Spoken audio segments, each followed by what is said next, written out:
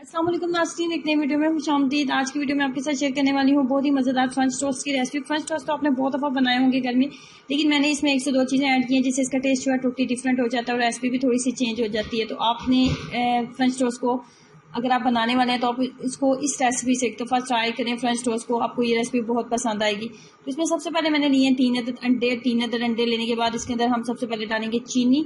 चीनी को मैंने बहुत अच्छे तरीके से पहले पीस लिया था और चीनी की मिकदार है मेरे पास तकरीबन 3 टेबल स्पून के करीब। आप अगर आपने ज़्यादा मीठा रखना है तो आप 3 टेबल स्पून से चीनी को बढ़ा भी सकते हैं, लेकिन ये नॉर्मल मीठा था।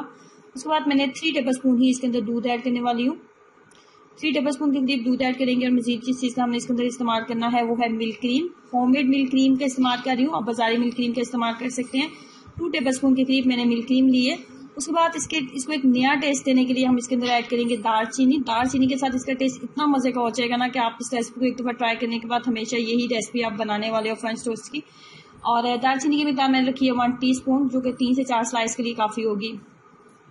उसके बाद हमने लेना जी मक्खन। मक्खन का इस्तेमाल करते हुए उसके बाद आपने नॉर्मल पैन का भी इस्तेमाल कर लें, लेकिन ग्रिल पैन से ज़रा इसकी जो लुक है थोड़ी अच्छी आ जाती है, इसलिए मैं ग्रिल पैन का इस्तेमाल कर रही हूँ। आप नॉर्मल पैन का भी इस्तेमाल कर लें।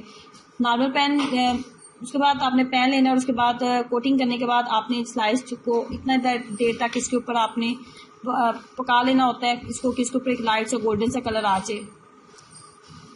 फ्लेम को बहुत ज़्यादा हाई ना रखें, बिल्कुल लो फ्लेम के ऊपर। जब आपका पैन एक दफ़ा बहुत अच्छे से गर्म हो चुका है तो फ्लेम को बिल्कुल लो कर दें। जितने लो फ्लेम के ऊपर आप बनाएंगे इतना अच्छा आपको इसके साथ टेस्ट आएगा। तो फ्रेंच टोस्ट अगर आपको खाने में बहुत पसंद है तो इसको इस फ्लेवर के साथ, दालचीनी के फ्लेवर के साथ ज़रूर ट्राई करें और अपना एक्सपीरियंस मेरे साथ शेयर करना मत भूलें। वीडियो को लाइक करना और चैनल को सब्सक्राइब करना मत भूलें। अल्लाह हाफिज़।